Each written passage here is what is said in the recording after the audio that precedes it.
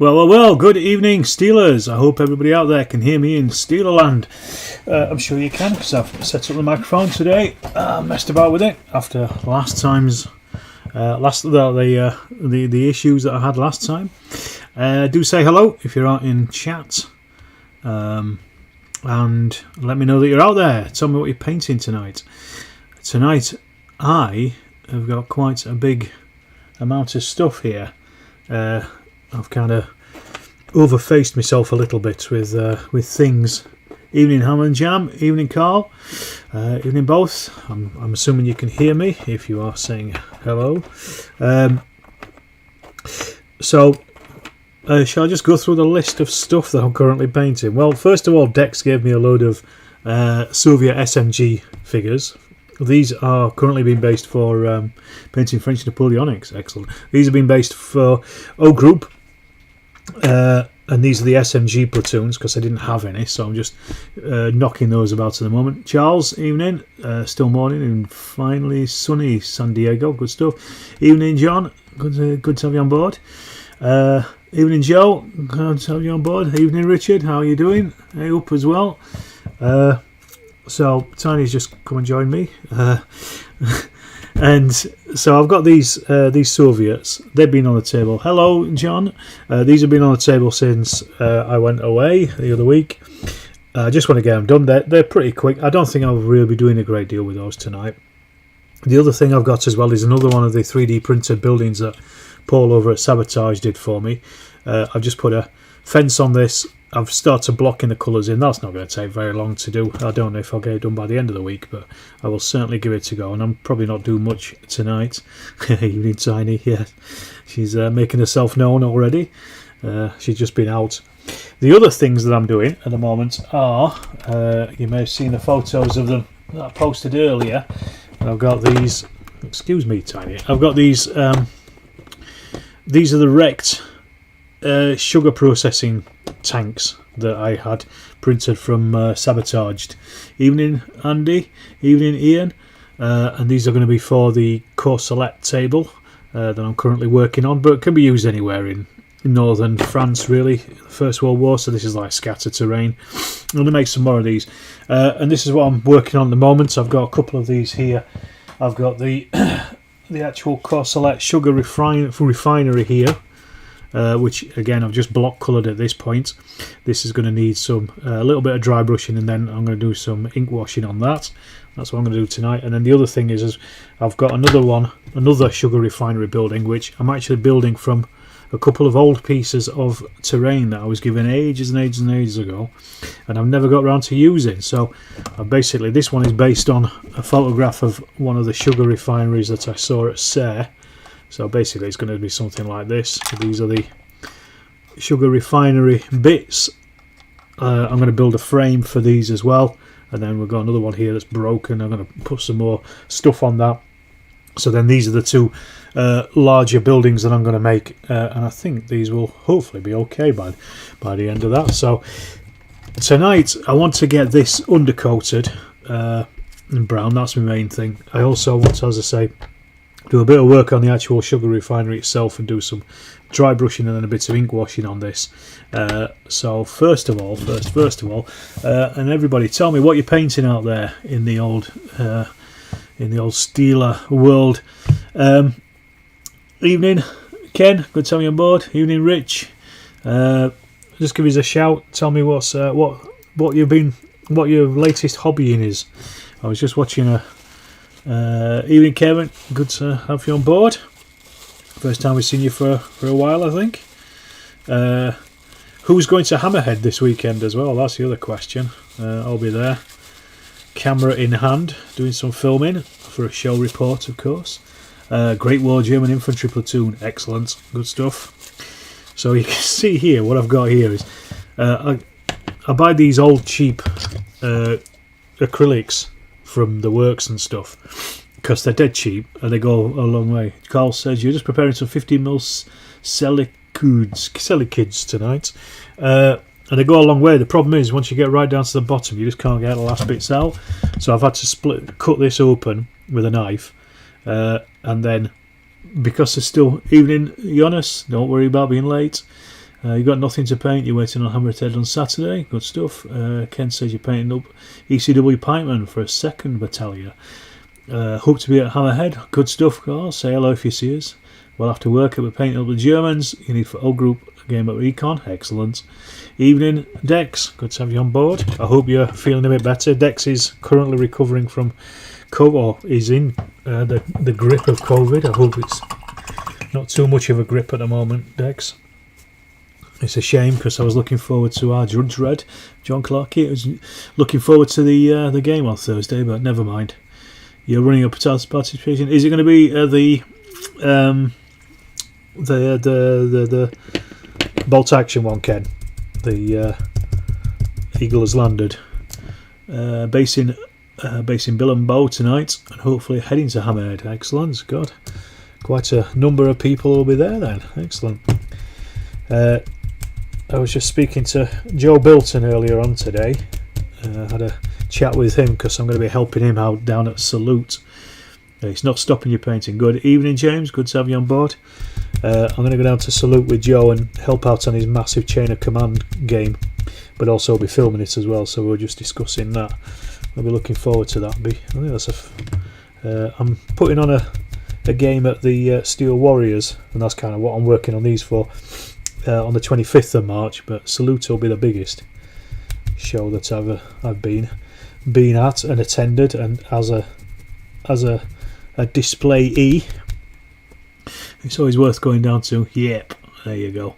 Painting some old 15mm minifigs. ECW have been in the lead pile for about 35 years by me. It's never too late, is it? No painting, feet up, reading to try to understand difference in World War II squad tactics between the different countries. Okay. 3 years late, but I'm finally painting Victory at Sea tonight. Good stuff. Never too late, James. It's always the perfect exact time for whatever it is you're doing. What are you trying to find? Where are you reading? What are you reading, Richard, to find that? Because I got that Sturmzug book that the guys from the military history visualised, and the aviation historian on YouTube, they put out, which is a reprint of the 1944 German Sturm platoon tactics. That's quite good. Gluing 28mm factory building to masonite bases using buckets of CA glue. Good stuff. Don't stick your hand to the wall. You're helping on the game at Salute too. Which one are you doing, Ken? What's it going to be? Another bolt action or something else? But yeah, it'll be good. I was going to go to Salute anyway, but Joe just asked, as he was looking for people who know Chain of Command well enough that can help out, and I said, yeah, I'll give it a go. Can't hurt, can it? You've been painting 28mm Warsaw Uprising figures that I got a few years ago, and I'd primed as many, so I thought it time to paint them up. But yeah, good stuff. Warsaw Uprising, that's interesting. Did you read Norman Stone did a massive book on the Warsaw Uprising? I used to have a copy of it. I never got around to reading it because it was so big. It looked very interesting. I think he's a bit of a hero in Poland, is Norman Stone, because of his interest in the Polish Free Armies, from what I recall anyway. Bolt action, D-Day landings. You've been a bit ill. I'm sorry to hear that, Charles. I hope you're getting better soon. I'm not feeling it too much at the moment. It's always rubbish when you're ill. Clear the table in hopes. Well, you never know. Have been bashing out AFVs this week. I might start on some German paras, that or Confederate pike, shot for the Civil War. Okay. Evening, Paul. We are all well, I think. I hope you are as well. Well, Charles isn't, and neither is Dex, but I think everybody else is. So yeah, I'm using at the moment. I'm just undercoating this stuff in what Rich Clark of the Two Fat Laddies calls dog shit brown, or the rest of the world calls burnt umber. But it's a nice colour because it's not too dark like black, and it's not too stark like white. And it just means that everything is then put into one colour, isn't it? Confederate pike and shot sounds like some odd alternative history thing. Indeed, it does. A lot of people are very much into pike and shot at the moment with the Warlord big announcement recently. How many people buying into it? I don't know how well those figures would scale with any other existing ECW stuff. I'm sure there's some manufacturers out there that are similar scales. You cleared your second table so you can get your Tanger 14 Hex and Counter game done. Excellent. Good stuff. When I came back from Vienna, I brought some of the games back that my wife has over there.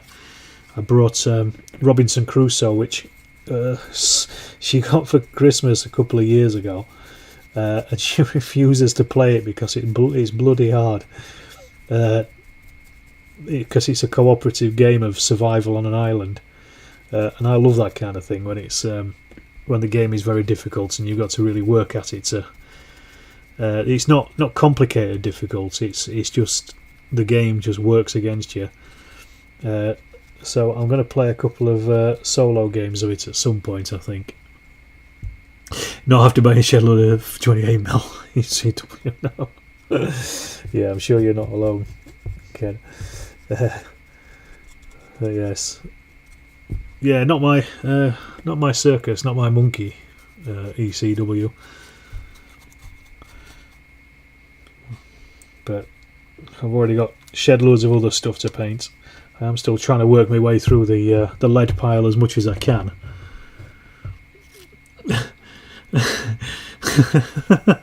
Seems to be hard to cook umber, just see raw and burnt. It's true. I'm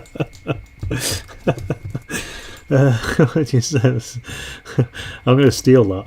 There seems to be good alternative history books out there. With your wife, Robinson Crusoe is bloody hard. Yeah, I'm with her as well. It is bloody hard, but that's the fun of it. Once you beat it, it makes it a hell of a lot more satisfying, doesn't it? You're not doing any of the epic things? No interest in it. I'm the same, really, Carl. I've no interest. I've got loads of 15mm naps, and I do pike and shot in 28. Difficult to find a comparison text on different country squad tactics. We all have our conceptions, weapons, and different resources that are hard to find. Yeah, you have to go right back to the actual training pamphlets, don't you, of the time, really. Unfortunately, there's not a huge amount of those down. I don't think the British one for 1944 was ever published. There's the you can get the company one, battalion, and below that it was never published, I don't think, which is quite annoying. Because there's ones for I've seen Squad Tactics, the FM manuals for the Americans. There's quite a few of those online. If you have a look for the just look for the FM, it's field manual. I've seen quite a few PDFs of those online. I was using one the other day for a video. Lightly poached umber. Hang on a second. Slow down, everyone. Then the minis will hit the table. Some definite armoured space mouselings versus infantry troopers will make back up. Well, whatever floats your boat, Charles. Your lead pile just replicates the rabbits. Lightly poached umber. Pikes put me off. They're either bendy or painful. Absolutely. You don't want to put your hand on them. You must be playing burrows and badgers.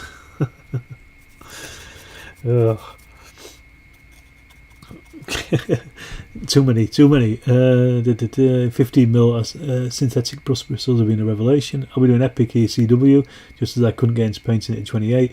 Of all the epic releases, it's the one that looks right. Evening, Andy. Well, that's good. I mean, I think, to be fair to Warlord, the actual figures of the epic figures look a hell of a lot better than the Napoleonic and the other ones, the ECW ones. There's a lot more animation in them, so they've improved their sculpting of that scale tenfold, which is always a bonus. And they would look good when you've got loads and loads of figures, and it's an actual pike block rather than just 4 figures, as Yorkshire always says. I think it'll look right. Actually, now ECW is thinking about 30 Years' War. Excellent. Get on the old Great Northern War. It's all the same anyway, isn't it? Different flags, that's all it is. Make the flags interchangeable, and then you're halfway there. Evening, Andy. Good to have you on board, Andy. We're not seeing you on the chat for a little while, I don't think. Are you'll be at Hammerhead, Andy? Will you see you there? Say hello if you are. I saw that you were buying some Judge Dredd stuff recently. Never a bad thing. Cheap alternative, a bit fiddly. That's for the pikes. Using brushes for pikes.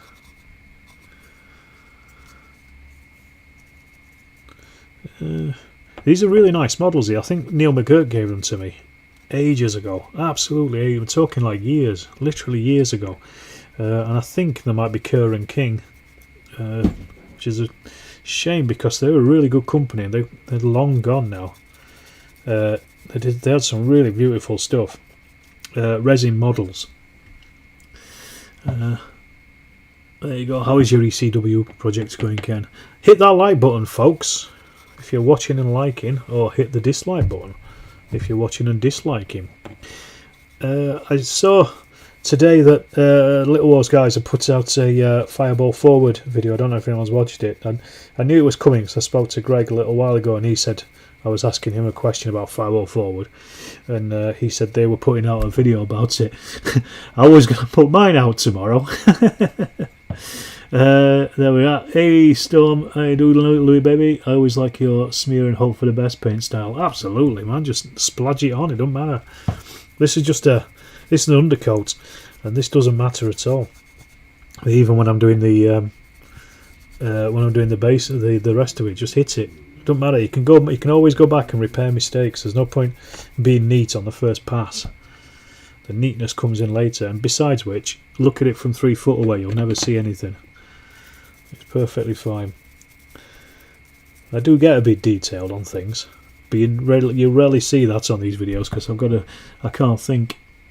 Have you done more than 96 already, Ken? I'm sure he has.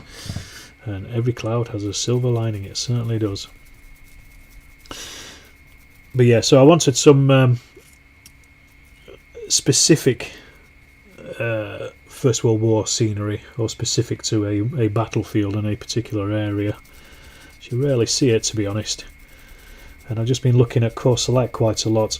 And there's the sugar factory that the Canadians attacked on the 15th of September, which is the same time the tanks were introduced. There was a tank supporting them, but it didn't actually get very far. It came up by the side of the factory, shot at it, and then buggered off. So it had very little impact in the actual battle for the sugar factory. But I've been trying to find photos of it. There's quite a few. 321. There's quite a few photos of it online. There's a really good one afterwards. It looks like there's a Royal Engineer signals standing on top of it. Now, thanks for the mention, Terrain Andy. Needs some new pieces for your next game. And I think there's a mention in the Michelin guide to the battle afterwards. In the 20s, there was a load of Michelin company put out a load of battlefield. Hello, Tanya. Easy. Put out a load of Michelin guides to the battlefields. And they're obviously almost contemporary because they were literally done like 1919 onwards. And in that, it talks about Courcelette and it mentions the factory, and it also says, it's a guidebook, so it's saying on your left you will see the factory, which was being used as a German observation post. The remains of it. Now that's the only mention I've heard of it. I spoke to Paul Reed about it, and he seemed to think he'd not heard of any other mention of it. But then I was looking at the photographs, and it looks like, if you look at one of the pictures, good afternoon Red Scope, good afternoon Hugh Wellington, and if you look at one of the photographs in particular of the factory, you can get really close up on the in detail on it, and it looks like to me that there is poured concrete over the top of the actual interior of the factory, which is what I'm trying to emulate on the other building that I'm doing here. So I've got poured concrete over it. Now, my only thought of that is it has to be, can't be 100% sure, but I think it's got to be some kind of German bunker or something. Just finalising the order with a bloke who does 3D printing with 10 trenchers, a couple of ruined buildings for World War I. Excellent. Good stuff. So it's just I've just got a hunch that the factory had been reinforced by the Germans. Whether they're using it as an OP or whether they're using it as some kind of bunker or something, I just don't know. But the photograph seems to appear that it was at least reinforced in some way. So I'm going with that. I mean, at the end of the day, they're just going to fight around it anyway. But a lot of buildings in the area were reinforced by the Germans with poured concrete, turning them into bunkers. This is a good way to hide where you are, isn't it, really? Right, okay, so as I say, that was all this needed really, was just an undercoat to bring everything together. So that's all done, and then from there I'll be working up the details on that later on. It takes a little while to dry this stuff, and I don't know why it does. That's the only downside with it. I think it's just because it's cheap shite. But there's some really nice details on that, so that's going to make a nice piece. I'll just stick that to one side and get out of the way, and then that also means that I've actually finished off that paint as well, so that's good. Sometimes put curved steel sections inside brick buildings. Yeah, exactly. That's what I think they've done with the old sugar factory at Courcelette. That type of reinforcement. I wondering what type of sugar you were on about. Yes, beet sugar. Here's the sugar I'm on about. Right, so this one is now going to need a bit of dry brushing on the bricks. So what I've done is I've got some brick walls that I've got on the bottom of it, and then the concrete over the top. A nice piece indeed, useful for any European human. On the note of bunkers, are the First World War bunkers and strong points just square and rectangular lumps? They seem to be simpler than the sort of thing you find in World War II. Yes, some of the Mebus are. They're rectangular. Some of the British ones are hexagonal. There's quite a few different ones. There's a really good book called Armageddon's Walls, which is all about the pillboxes on the Western Front. That's worthwhile having a look at. I've got a copy of it over there, but I'll have to find it out, and I'll put if I remember, I'll put a comment I'll put a comment in the comments later on, if I do find it out. Yeah, that's worthwhile having a look at. There's a good overview of the different types of fortifications that were used by both sides. But yeah, this factory will be fine for any conflict, really. No worries. Yeah, I'm sure it's called Armageddon's Walls. Pillboxes of the Western Front. If you just look that up, you'll find it. It's a good one. Right, so now it's pink for the bricks, and then I'm just gonna slather a good lump of what we call it over the top of this Agrax Earthshade, just again to bring everything together. I just want to do these bits, and then I'm just going to dry brush the mud.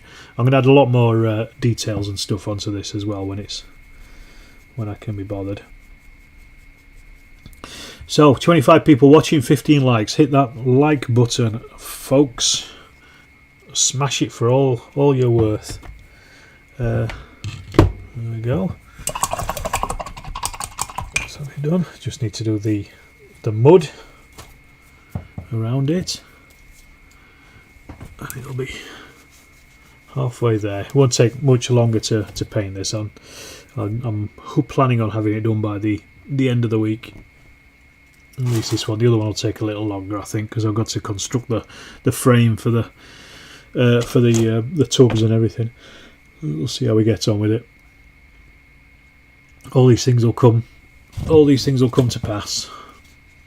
Evening, Mr. Ballista. Good to have you on board. Just Get this shaped up.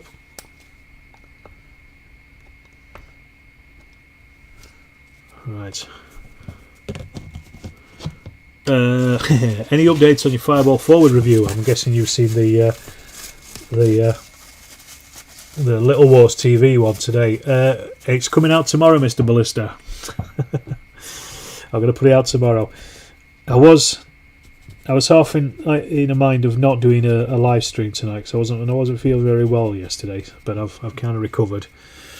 So I decided to do a live stream, but I was going to put it out yesterday. But yes, it'll be out tomorrow. It's Little Wars TV. I've got the jump on me, but I'll probably put it out around tea time UK time, so 5 or 6ish tomorrow. I think I just don't want to put too many videos out at too often. That's the thing. But yes, it is coming. I still need to do the Xenos Rampant review. I might try and do that down the week and get that out in the next couple of weeks as well. And also play a video game of it as well. I've played a couple of games of it, but not videoed them yet. I'm trying to work out how to video it. I started videoing a Star Wars version of it that we'd played the other week, a couple of weeks ago, and it just wasn't working. So I binned the entire thing off and Pillbox in the West just scored a copy on Amazon. Brilliant, excellent. Yeah, it's a good book. I say it's got shows you a lot of the plans of the various ones and describes the different types that there were. I made a couple because the German ones are quite easy. They're literally it was just thick plastic card cut into a rectangle with the firing slit cut out. That's pretty much it. And then in some mud because I want to do some 1917 stuff, 3D Pro. So what was I saying? Yes, there was. Yes, I am going to do a Star Wars Xenos Rampant after action report. However, I was just trying to find a way to film it because it's such a different game to what I'm used to. And like I say, I got to a point where I was just struggling with it, so I just thought, sod this, and binned the lot. Deleted all of it, and I felt better for it. Sometimes you just have to do these things, don't you? Right, okay, so that is now currently dry brushed, undercoated, and all that. So what I need to do now, silly question, but what are the grey milk churns? They are not milk churns. They are sugar beet refinery tanks. So on the Somme in northern France, there's a lot of sugar beet, and one of the major industries up there is sugar beet processing, and a lot of the areas that were being fought over in 1916 were fought in these sugar beet areas. It still is a big industry in northern France, so when you go to France you'll see massive piles of sugar beet everywhere, and that's why I want to make these specific to northern France. Wine. Yeah, not so much in northern France, that's more central and southern France. So yeah, it's just a major industry up there, and this one in particular is for the sugar factory at Courcelette that the Canadians attacked on September of 1916. So I'm just going to daub Agrax all over this, and then I'll come back later on and do some dry brushing. I probably won't do any dry brushing on the steel of the tanks, so I think it looks okay without it.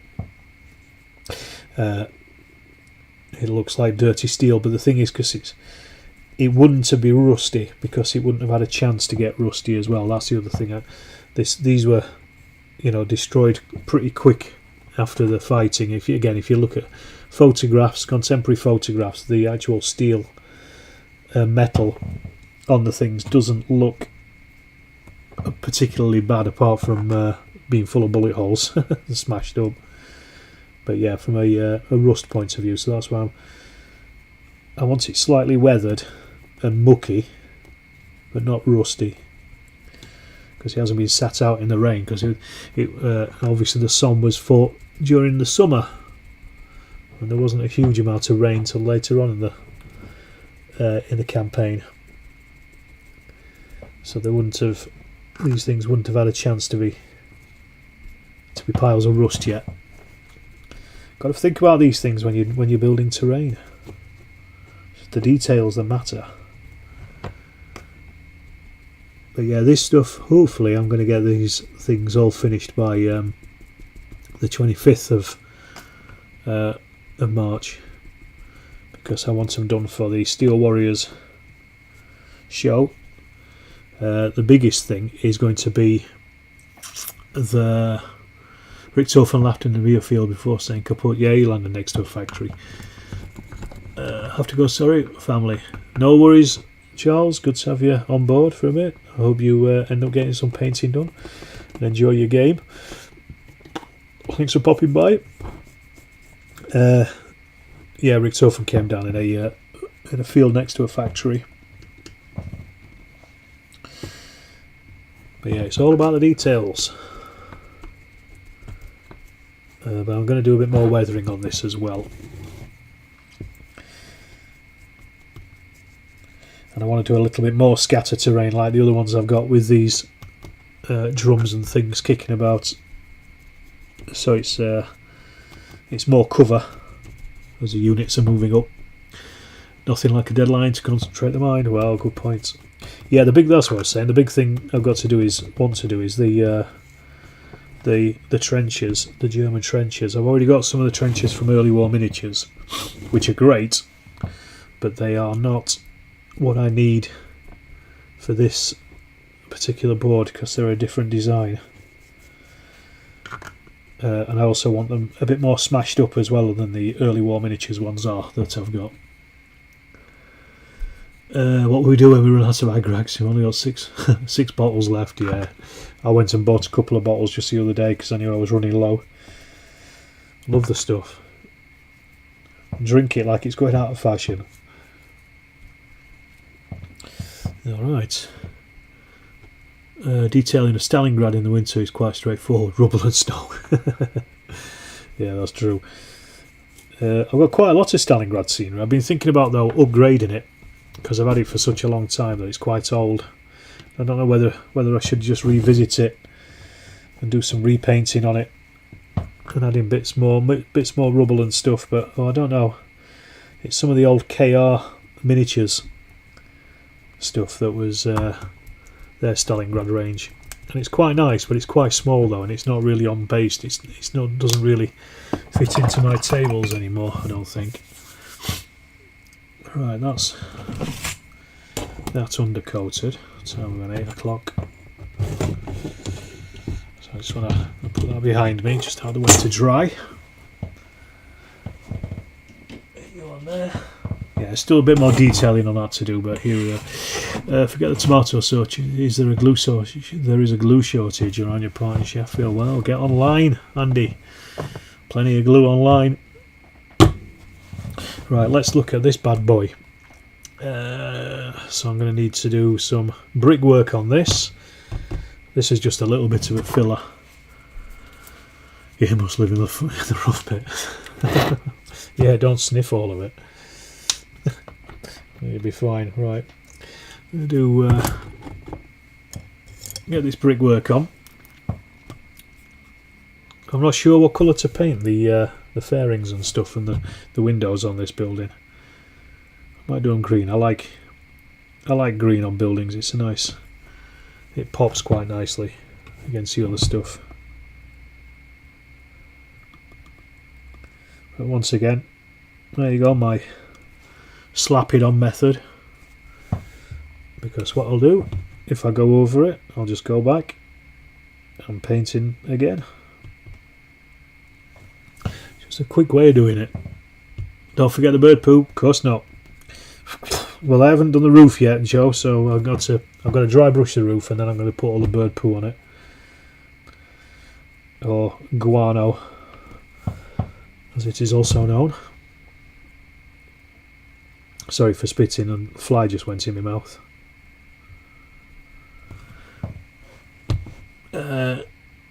Here's Thomas. Hello, working on Shaw D AMR 35 ZT2 Matilda 2's no publics. Well, that's a mix, not to be sniffed at. We'll go online, but I was just passing. There was none at all. Okay. Yes. It's all about the details, Joe, including bird poo. It's got to be on there somewhere.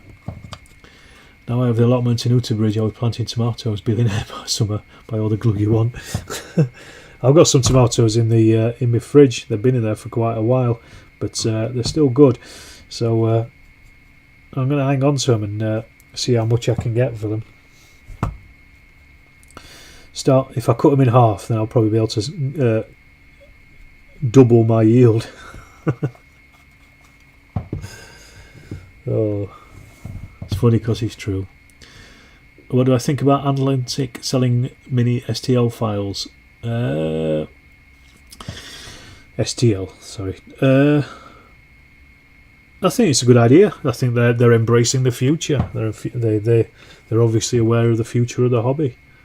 I mean, at this point, not everybody's got a printer, but a lot of people have, and it's a good way of making sales. It's just an extension. I don't know. I don't know if they do physical copies of the same figures or not.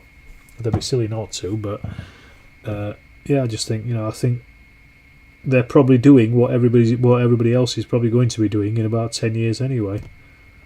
Just getting ahead of the curve, I guess. I think the thing with 3D printing is because there's so much online that is free. The big question is how economically viable is it? But at least from their point of view, they don't have to hold any physical copies, and they don't have to do any. They don't have to have any warehousing issues with it, apart from obviously digital storage. But that's all. That'll be handled by something else. You're planning to buy the Elegoo Saturn 2 this month, but as usual, something had to break. Spring coming on strong here too. Starts like crazy and already trimming the lawn. Good stuff. Yeah, I've had half a mind to buy a printer. I was supposed to be sent that one by the guys at my mini factory, but it never arrived. But I've had half a mind to buy one, but then I just think, well, then I'm going to have a house full of rubbish that I'm never going to paint. That's the problem. And it's been said a million times, it's a hobby in itself, and I'm quite happy just to get stuff done through Paul over at Sabotage, because he knows how to do it. It's like, it means I don't have to learn. It's the same way as I don't have to learn how to sculpt figures, because there's somebody else that does it and produces them, and I just buy them. I'm not artistic in that way. Smart move for Atlantic, nicely augmenting their range. Yeah, exactly. The free stuff friends to be pretty poor in comparison to pay for good quality, like anything you get paid for. Well, that's true as well. Between autos and building something is always broken. WGA model is great ideas and never be able to make that much stuff in plastic. Yeah, that's the other thing as well. Just the fact that you can just keep producing STL files. And again, you don't have to store them anywhere.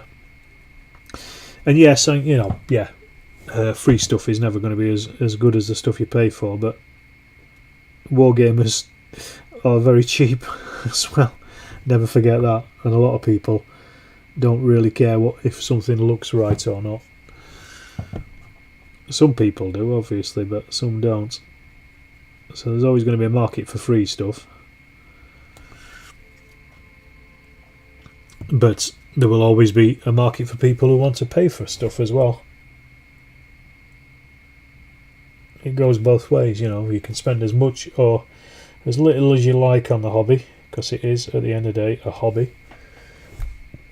Excuse me. But as you say, James, you get what you pay for. Let's have a look.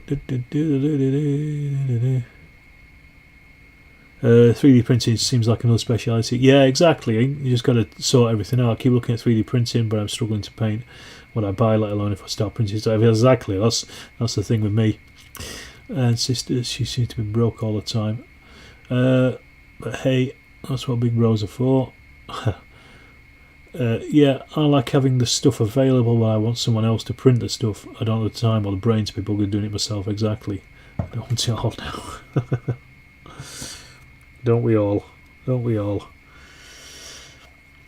Yeah, I'm just the same. I'm happy to throw money at somebody else. It's like when MDF was the same. Me and my friend were talking about doing it because he's very artistic and he likes to experiment and draw plans up of things and stuff. And we were kind of talking about getting hold of an MDF cutter and stuff. And he's like, okay, you just got to learn it and you got to spend all that time doing it. I just can't be bothered.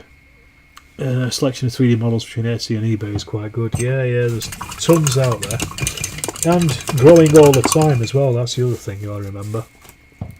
They're always being added to. Yeah, you did a ton of 15mm terrain, same as what Paul printed for you, Alex. From 3D Print Terrain for $65. You can't beat those files. They're fantastic when done in resin. Yeah, they are. This is one I'm painting up at the moment. They are very good. But again, like you say, you've got to pay for them. And I mean, I paid Paul to do them. He charged me mates rates, which is nice, but I was happy with it, and that's what it's all about. You'd still have to buy the STL files anyway, unless you got a friend who was willing to give them to you, which is not really in the spirit of things.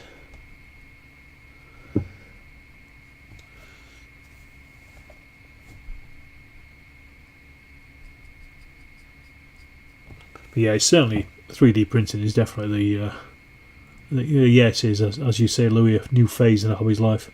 Be careful, playing music, a Renaissance fair started as a hobby. Right now I'm halfway through an 8-weekend run at a festival. We've got a band of stickers made and looking at t-shirts. Hobby that became a side hustle. Hey, nothing wrong with that. If you can make money out of it and you enjoy doing it, keep doing it until you stop enjoying it. That's what I say. There's nothing wrong with that.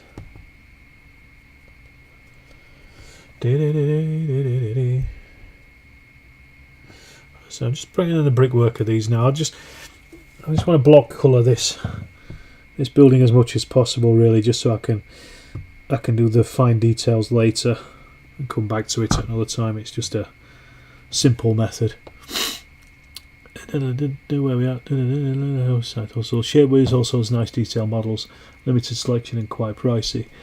Bought a lower end airbrush today. It turned out it was missing a nozzle and needle. I guess I got it all paid for. I knew from the store. Easy to make money on it. 15mm costs about £1-2 in materials times the bigger cost. Yeah, trading STLs. What rascal would do that? And where did they do that? If I knew, Louis baby, I wouldn't tell you. Well, that's the other thing with 3D printing, though, isn't it? It's time. It is very time consuming. It takes a long time to print things out. So I think if you are making money off it, like Paul at Sabotage, you have to have a number of machines, and they all have to be running at the same time. Otherwise, you are, it's tough. Wargaming 3.0 is a good place to look for stuff. I'll tell you who is good. Bergman's models. They're free. His STLs are free, and they are lovely. Richard of this parish did some lovely models for me recently. I'm just saying, he hasn't replied to my last email though from a couple of weeks ago. Not that I'm saying anything, Richard, if you're still listening. But yeah, his the Bergman models are really nice and free. And they're all interesting vehicles as well. All 15mm. Packed with detail.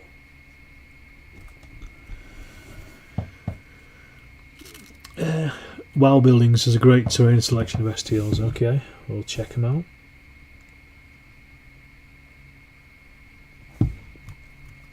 hobby talk always seems to come around to 3D printing eventually, doesn't it? My next thing I was thinking about for terrain is not 3D printed, but I'm thinking about making some smashed up trees again for Courcelette in particular, because there were some trees and a hedgerow around the site, and I'm going to do some, see if I can get some twigs from a local park, try and do some smashed up trees if I can. My friend who does 3D printing had around 22 printers at one time. Is that Gary from Paint and Glue, Ken? Bergman models were a nice section, decent free stuff. Bergman Rocks still here. Getting to your request soon, cheers. Don't worry about it, Richard. It was only a joke. Yeah, Bergman is great. Really nice stuff. But he won't be the only one out there as well. That's the other thing. There'll be other people in future who will be doing the same thing and just putting their stuff up.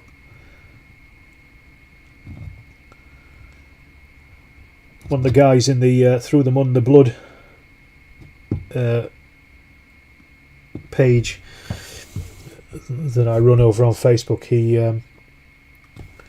did an STL of the German Daimler-Benz anti-aircraft gun, and then Paul printed that for me over at Sabotage, and it's fantastic. And again, just done for free, really nice.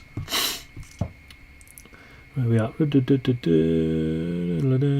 Been using Butler models out of the UK for vehicles and rest at a nice price. And I remember Prince August back in the 70s, of course. You made lead figures on the kitchen stove. I do. I used to have British Napoleonics. Company still around, an early version of make your own figures. Yep. Irish company, Prince August. Yes, I had some British Napoleonics. I never had enough lead to do them properly though. If anyone has advice for modern buildings in 15mm, I say modern, I mean more 80s USA, UK. Well, anything works really, because a lot of the buildings that are around from the 19th century onwards are around in the UK. So just get some Second World War buildings. It makes no real difference. That's what I would say.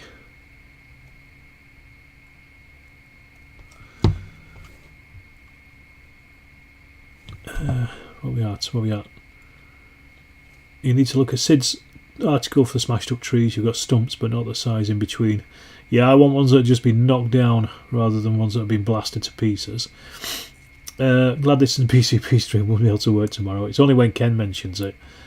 Nobody else. For terrain, you like ruins. 3D printing seems the things. I think you do some good. Ironclad do some good ruins. They do some good Stalingrad ruins.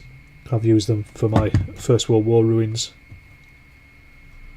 Just building, just walls, shattered walls and stuff. They're good, but they're in resin, not 3D printed.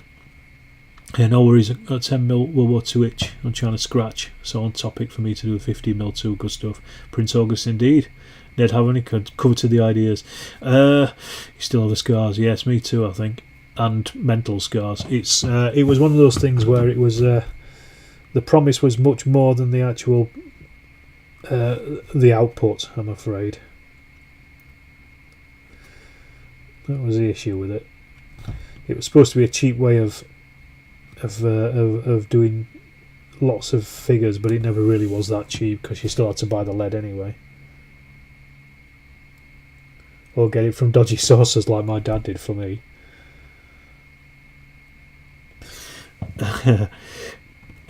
Ironclad terrain's great. Yeah, you got the 28mm trench system. Good stuff.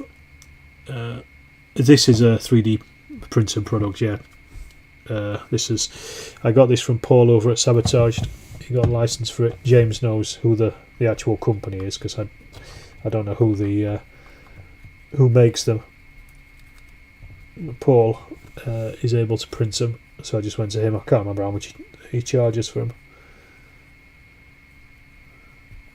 But Gary over at Paint and Glue, he also does them as well. I've got a couple of his, but he has a slightly different style of them. I was meaning to get some more off Paul, actually, some like three-story buildings as well at some point. I've probably got too many of these. I've got about 16 of them. Wow, buildings are great. That was just what you're looking for, apparently.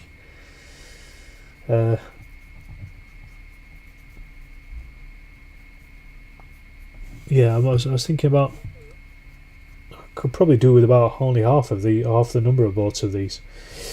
Just get a couple of different ones. I've got loads of gardens as well, which I was thinking maybe just selling on at some point, and a couple of churches that I don't really need. I kind of bought on a bit of an impulse rather than anything else, so I might get rid of those at some point. You've made homemade ruins out of foam board covered in brick paper, cheap and cheerful. Yeah, that works. I mean, that's quality, plain to see, and no battlefield complete without a building or two. Unless you're out at Kursk. Then it's just a step.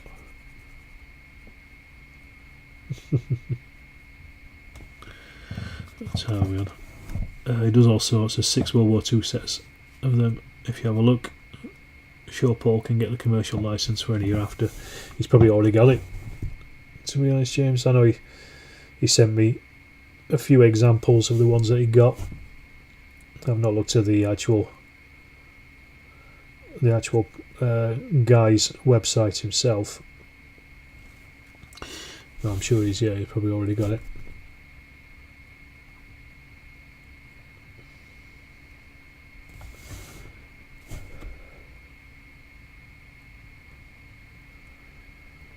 Sorry, just concentrating as I cut in on these,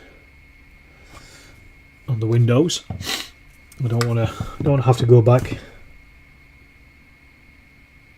Do it again. So I'm breathing in.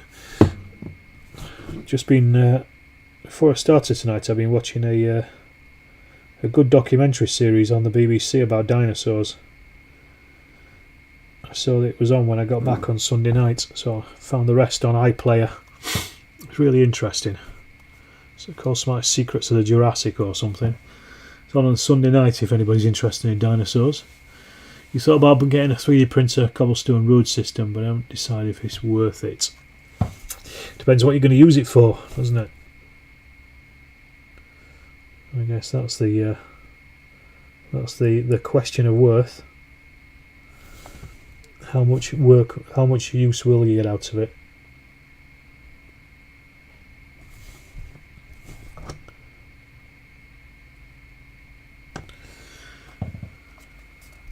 Cobblestones are pretty good because they span the periods. You can use them from pretty much medieval onwards, can't you? And prior to that, if you wanted to. So you can mix them in with pretty much everything and anything.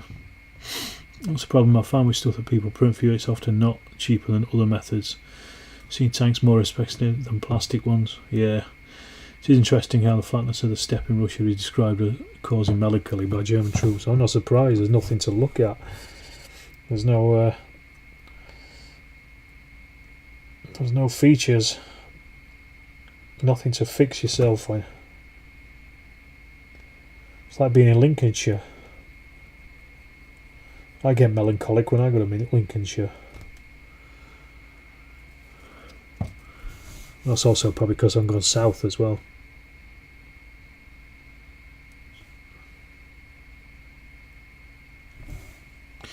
Right, okay, that's those shutters and things done. At least I've done that, mate. I think you touched on it earlier. Will I buy the Warlord ECW? No. I've got no interest. Like living in Norfolk, Russian steppe. Too much sky. Yes. I liked the sky when I lived in Iceland. That was great. Lots of sky up there. But yeah, in Britain, not so good. But no, ECW, zero interest. It could be Norfolk, indeed. Even worse, even further south. Use some neoprene roads and they work okay, but printer looks nicer. It could be magpie syndrome. Yeah, that's always the problem. You see something nice and you think, oh, I should have that. Just don't bother. Catch yourself and just say, no, we won't have that nice, pretty new thing. Anyway, folks, there's 28 of you watching at the moment, 23 likes. 5 of you haven't hit that like button, unless you've hit the unlike button. So do it now. Right, so I'm just wondering what colour to paint this arch. I think I'll do it in stone grey. So I'm gonna finish off most of the basic colours on this tonight. That can sit and I can sort it out later. Buildings. When Cork O Group Market Garden supplements come out, you'll be going Dutch. Possibly. Paul is selling the Arnhem buildings that he did for Nick, and I have been eyeing them up, and I'm sure he could quite easily do those in 15mm, and they are very nice. But yes, I'm looking forward to the Arnhem supplement for Chain of Command in particular. I've got some British Airborne, but I'm going to wait for the full proper lists to do much more with them. I've got a whole box of British of Airborne down there from plastic soldier companies, so I've got plenty of them. That's not going to be a problem buying them, especially for Chain of Command, because you don't need that many. But yeah, hopefully it's going to be relatively soon. I know Richard is doing he's doing a live stream on Thursday. I'll be at the club, but he's doing a live stream on Lard TV, and I'm fairly sure most people will probably be asking about the Arnhem and the Far East book and when they're coming out, so you may get some answers then.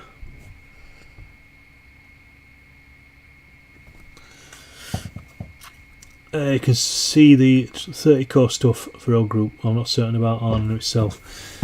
Yeah, I'm not sure if Airborne would work particularly well with O Group. It might do. It'd be worthwhile giving it a go. But yeah, it always feels to me. It feels like Airborne stuff is always a little bit more broken up. But wasn't the Merville battery attacked by a battalion of Airborne?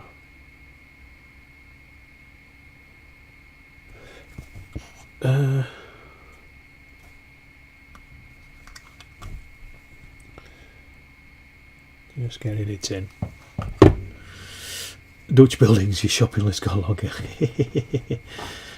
Thanks for the heads up on Lard TV Thursday. No worries. Yeah, he announced it this morning on their Facebook and Twitter and stuff. I don't want to do the black fittings yet. I want to do the grey-green. My magic formula for painting old wood is... Sorry, green-grey, not grey-green. Start with this, then dry brush it in khaki, then dry brush it in buff, and then give it a wash of Agrax, and you're done.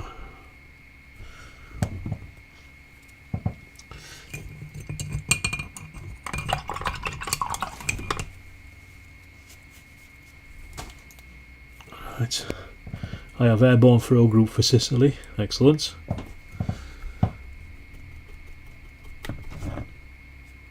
Sicily was one of the things I was exploring a year or so ago.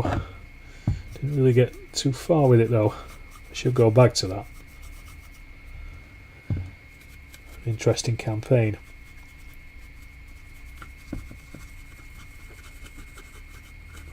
I did some buildings for Italy as well. do some Indians in Italy. I need to get hold of some Indians. Well, I've got some. What am I talking about? I've got loads for Malaya.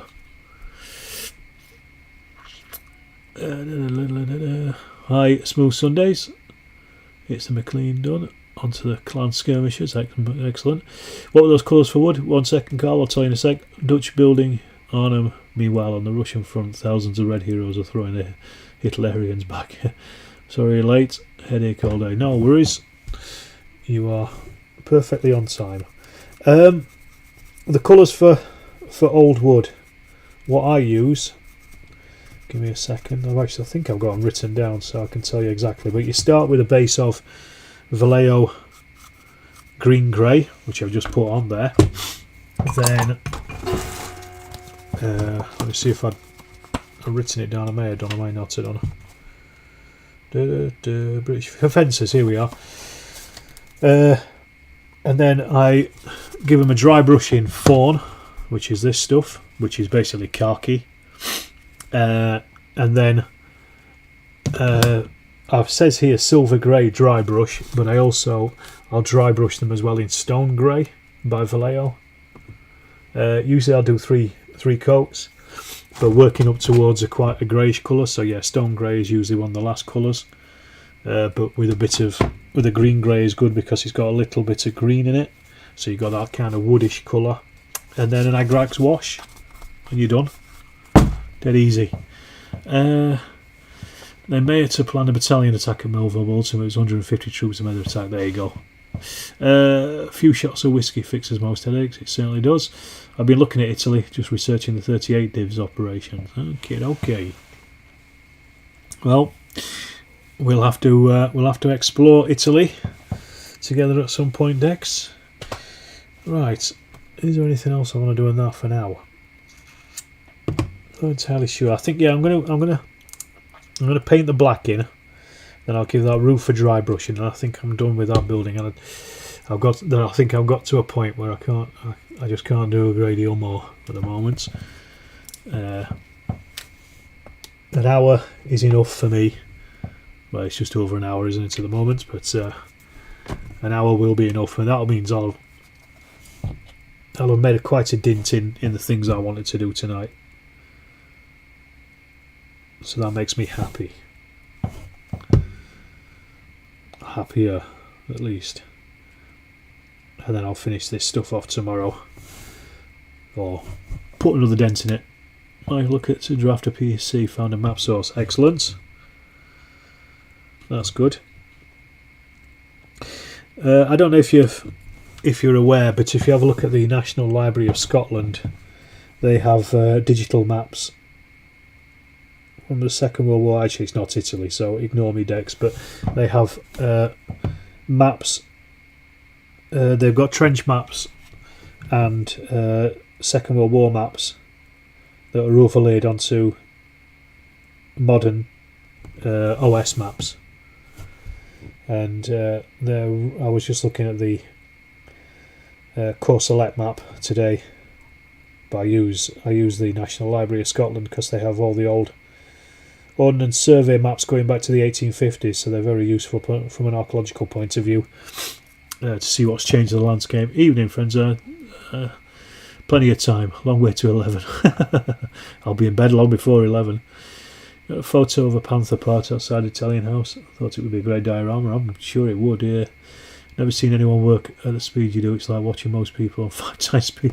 I paint fast, Red Scope. However, you don't want to look at it too carefully because it's generally quite a mess. But you don't notice it from a distance. And also, a lot of the time I don't bother with details. Stuff like this is easy because it's all I'm doing is I'm block colouring. So I want to get as much colour onto the thing as possible, and I'm not bothered if I'm being neat because I can go back with the other colour, the base colour, the other base colours, and just cut in, and it's a lot quicker to do it this way. To block colour stuff and then go back and cut in afterwards than it is being incredibly slow. Nice 3D models out there for terrain for Holland and Italy. Unique architecture is good. Same Far East. Scottish government has some nice pre-20th century maps online as well. Some really nice maps from the start of the 18th century. Yeah, as we're talking about, the National Library of Scotland. It's a really good resource for mapping. But they've got First and Second World War maps.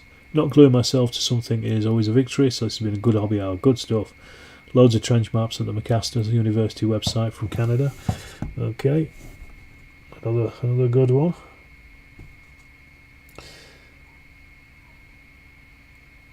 Are they geo-referenced, Andy? That's the question. The National Library of Scotland ones are geo-referenced over modern OS maps, which is really good. Well, modern French OS maps. I don't know what the French call it. Cadastral maps. And Google Earth.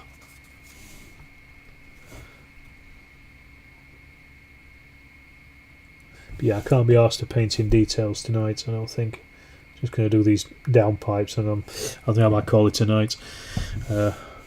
Macasters is wherever we found the Italian maps. Incomplete coverage of some scales, that's always the problem. Attempted to join the WFA to get their map access. Yeah, they have a good number of maps as well. There's also the is it called Trenchman? Is their GPS mapping system as well, which is meant to be very good, but it's quite expensive, I think.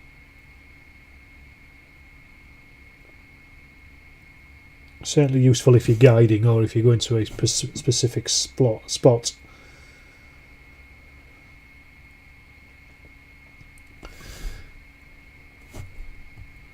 Nearly done this.